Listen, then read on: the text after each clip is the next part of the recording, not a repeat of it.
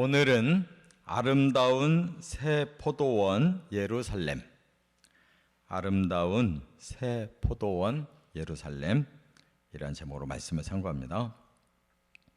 지금 이 연대기 성경은 조금 이사야서가 앞뒤로 왔다 갔다 하면서 이제 오늘은 27장을 말씀하고 있는데 지금 계속되는 주제가 뭐냐면 예루살렘입니다. 예루살렘. 왜 하나님이 이 초점을 예루살렘에다가 맞추시느냐? 하나님은 사실은 전 세계를 하나님의 집으로 생각하셨지만 사람들이 죄를 짓고 하나님을 떠나고 점점 하나님이 필요 없는 사람의 세계, 또 악한 사탄이 조정하는 이러한 악한 세계가 되어버렸어요. 그래서 아브라함을 새로운 영적 하나님의 사람 시조로 세우셔가지고 거기서부터 뿌리를 내려서 하나님의 민족을 만드셨어요. 그게 이스라엘이에요. 그래서 하나님의 나라를 멋지게 이 땅에 실현시키시려고 했는데 이스라엘이 고집이 세서 말을 안 듣고, 그래서 지금 북이스라엘이 이미 망해버리고 남유다까지도 이렇게 우상을 숭배하고 하나님을 되게 거역하고 이러니까 이제 남은 하나님의 희망이 뭐냐면 이제 다윗이 빼앗아서 세워놓은 예루살렘, 여기에 하나님 마지막 희망을 두시는 거예요.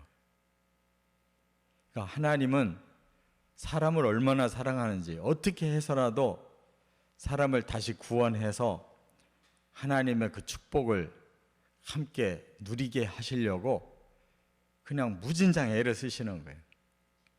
그래서 마지막 보루로 하나님이 버릴 수 없는 마지막 장소가 예루살렘인 거예요.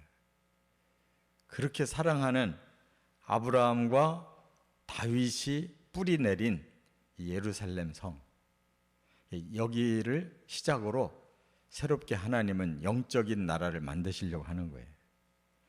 그래서 마지막 천국 이름도 새 예루살렘 성이잖아요. 그 예루살렘이라는 이름이 이처럼 귀한 거예요. 그런데 오늘은 이 예루살렘 성을 포도원이라고 하시는 거예요. 포도원. 근데 이사야서에서는 포도원에 대한 예언이 2번 나와요. 이미 앞에 5장에서도 말씀했어요. 그리고 여기서 또 포도원을 말씀하는 것은 과거의 포도원이 아니에요. 이제는 새 포도원이에요. 어떻게 다르냐? 과거 이사야 5장의 포도원은 하나님이 극상품을 심으셨는데 여기서 들포도가 나왔다는 거예요. 필요가 없으니까 이제 뽑아버리신다, 흩어버리신다 그랬거든요. 그것은 죄를 진 하나님의 백성과 하나님의 나라는 그대로 세워질 수 없다는 거예요. 버리신다는 거예요. 그러나 하나님이 아주 버리시는 게 아니에요. 그들에게 시련을 준 후에 다시 또 모으겠다는 거예요. 예루살렘을. 그게 바로 새 포도원이에요.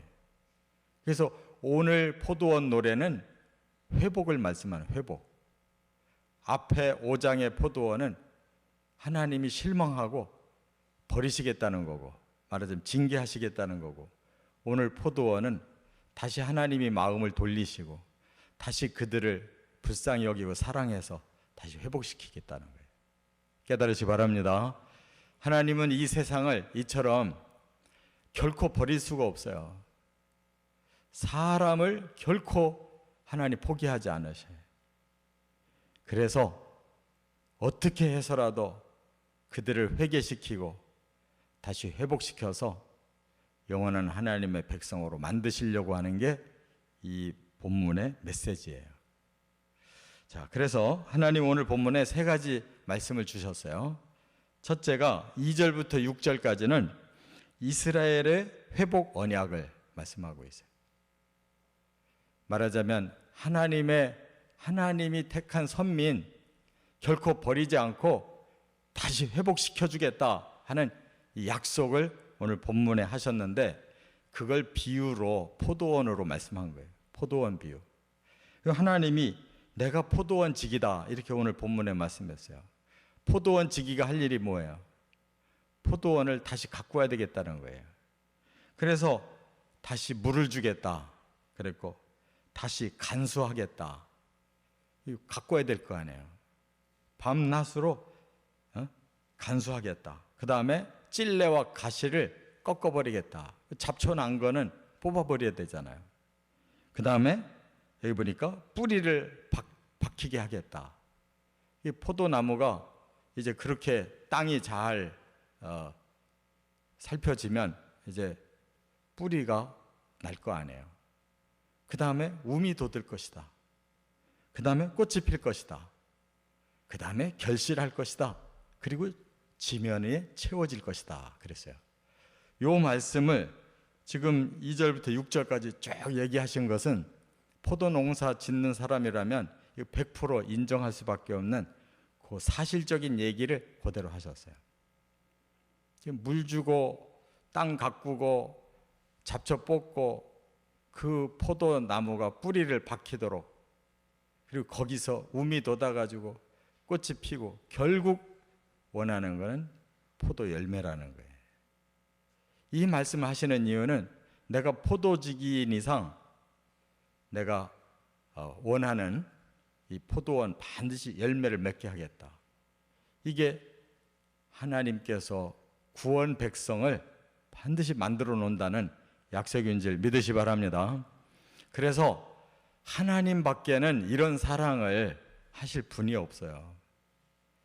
이 세상에 악한 사탄은 오직 사람을 방해하고 멸하려고만 목적을 두기 때문에 사람들의 마음에 온갖 악을 심고 죄를 짓게 해서 저주의 영원한 형벌까지 당하게 하려고 하는 게 사탄의 목적이라면, 하나님은 어떻게 해서라도 그 사탄의 방해 속에서 하나님은 사람을 막아주시고 보호해주시고 어떻게 해서라도 뿌리 내려서 열매 맺도록 구원하시려고 하는 게 하나님 사랑이다 그 말이에요.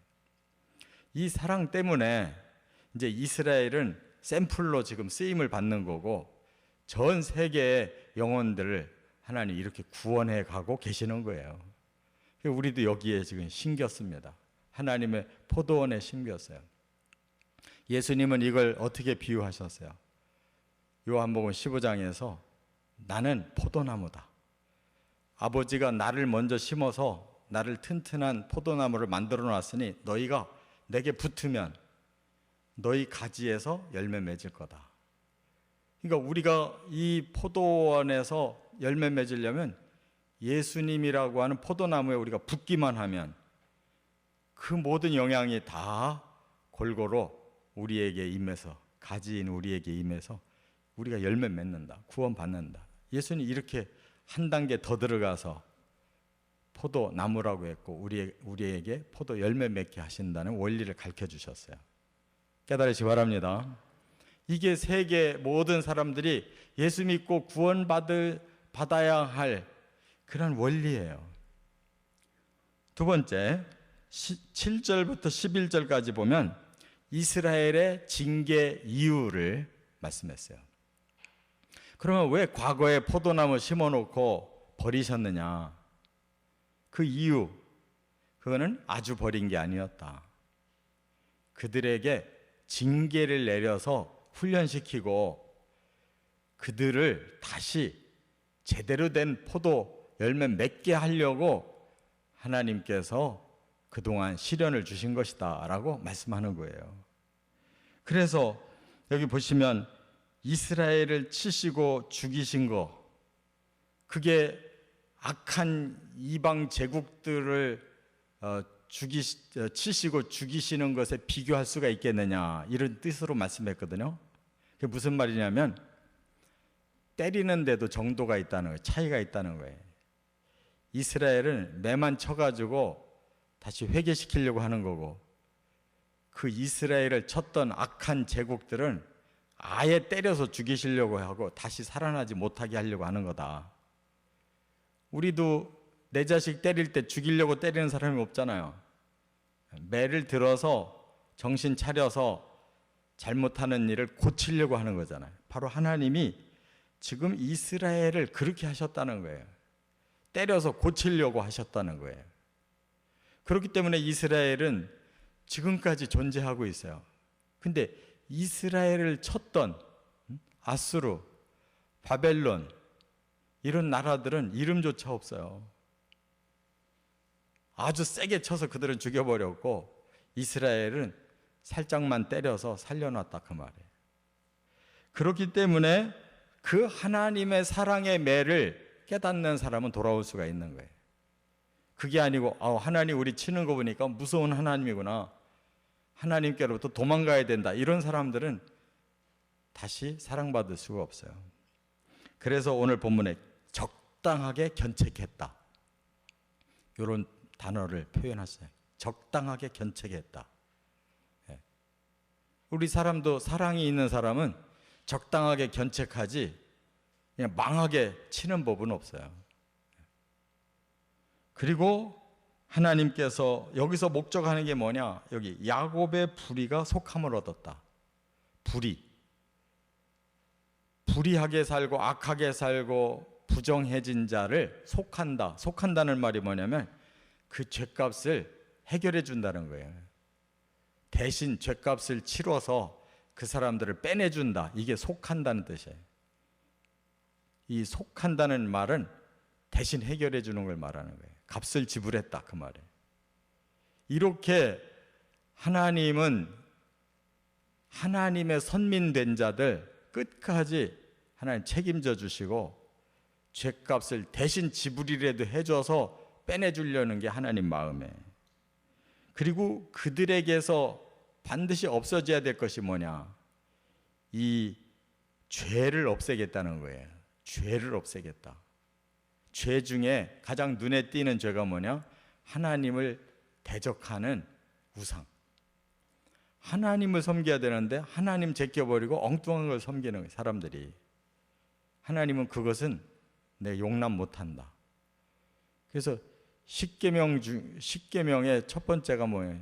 나 외에 다른 신 섬기지 말라는 거예요. 하나님은 질투의 하나님이에요. 내가 사랑하는 자는 나와 사랑을 해야지 엉뚱한 다른 자와 사랑을 나누는 것은 용서 못한다는 거예요. 이게 사랑의 본능이에요. 그래서 하나님이 이 세상에 오직 하나님만이 창조 주시고 오직 하나님만이 이 역사의 주관자시고 오직 하나님만이 사랑의 대상자시라는 걸 모든 사람에게 확실히 심어 놓으시려고 하는 게 하나님 뜻이에요. 그래서 이스라엘이 그렇게 시련을 당하고 지금 돌아온 것 하나가 우상 절대 안 섬기는 사람들입니다. 지금 이스라엘 사람들은 지독하게 하나님은 잘 믿어요. 그거 하나를 고쳐놓으신 거예요, 지금까지. 그런데 그들이 아직까지 무지한 게 있어요. 그게 뭐냐, 그 다음에 뭐라고 말씀했냐면 하나님의 뜻을 아직 헤아리지 못하고 있대요. 지금 하나님께서 이렇게 하고 계시는 일에 대해서 아직도 하나님 뜻을 헤아리지 못한대. 그 강한 성읍을 멸하시는 걸 보면서도, 자기들이 구원받는 것을 보면서도 아직도 모르는 게 있대요. 그게 뭐냐면 이들의 우상은 아직도 아집이 자기들의 우상이에요. 자기들 생각으로 하나님을 믿으려고 그래요. 지금 이스라엘 사람들이 그게 지금 문제예요. 그래서 메시아를 지금도 기다려요. 자기들이 여전히 최고예요. 자기들을 구원할 메시아가 와야 된다는 거예요. 그래서 영웅이 오는 걸 지금 기다리고 있어요. 하나님은 이스라엘 민족만 구원하려고 하는 게 아니에요. 이들은 착각을 하고 있어요. 착각을. 자기들만의 신으로 착각을 해요. 어찌 이스라엘 민족만의 하나님이겠어요. 인류를 위해서 이스라엘 민족을 쓰시는 거지. 자기들의 아집이라는 우상이 아직 살아있어요. 그들이 더 회개해야 돼요. 그게 바로 하나님이 보내시는 메시아를, 온 인류를 구원할 메시아를 인정하는 그 뜻을 깨닫고 돌아와야 진짜 돌아오는 거예요. 깨달으시 바랍니다. 그래서 이스라엘 사람들은 민족의 신으로 하나님을 자꾸 생각하니까 자꾸 적대시하는 거예요. 그래서 이렇게 스스로 고립되고 이렇게 많은 죽음을 당하고 이런 겁니다. 그들이 매를 자꾸 벌고 있어요. 자, 끝으로 12절과 13절에 보면 이스라엘의 회복 실행을 말씀했어요. 이스라엘이 어떻게 회복되느냐, 그 실행에 대한 방법을 여기 말씀했는데, 창이라는 하수에서부터 애굽 시내까지 하나하나 모으시겠다, 이렇게 말씀했어요. 이게 무슨 뜻이냐? 아브라함에게 하나님이 약속하신 땅이 있어요. 내가 유브라데부터 애굽 시내까지 다 너희 땅으로 주겠다 그랬어요. 그게 아브라함 때 이미 주신 약속이에요. 근데 아브라함은 자기 평생에 땅을 가진 게 뭐냐면 자기 아내 죽고 나서 막벨라 굴에다가 묻은 그 장소만 자기 사적인 장소였어요. 그러나 죽고 나서 서서히 하나님께서 아브라함의 자손을 퍼뜨렸는데 그게 바로 이삭의 후손과 이스마엘의 후손이에요. 이스마엘의 후손이 지금 이라크 지역 또 저 애굽 변방 지역까지 이스마엘 후손들이 다 퍼져 있어요. 거기를 소위 중동 땅이라고 그러고 아랍 땅이라고 그러는 거예요. 하나님 약속대로 아브라함의 피를 타고난 자들에게 그 땅을 다 주셨는데 그 범위 내에서 그들은 다 돌아올 거다. 이 말은 무슨 말이겠어요? 이스라엘만이 아니라 이스마엘 자손도 하나님이 여전히 사랑하시고 아브라함의 그 복을 주려고 하는 거예요. 그 말은 뭐냐면 하나님은 지금 이스라엘 민족만이 아니라 전 세계 민족을 다 품으시려고 하는 거예요. 아브라함의 하나님을 믿는 우리 이방인까지도 다 품어서 하나님은 새 예루살렘으로 불러들이겠대요. 이게 하나님 나라를 건설하겠다는 방법이에요. 그래서 큰 나팔을 불면 예루살렘 성산으로 사람들이 모여와서 그곳에서 하나님께 예배드릴 것이다 그랬습니다. 예루살렘 성산이라는 말이 영적 하나님의 나라 시온을 의미하는 거예요. 이렇게 하나님은 인류를 기필코 구원하시지 포기하고 버리는 법은 없다는 거예요. 저와 여러분도 바로 이 언약에 포함되어 있다는 거 믿으시고 새 예루살렘 성 안에 우리가 하나님의 자녀가 되어 들어갈 것을 확신하고 믿음으로 사시기를 주의 이름으로 축원합니다.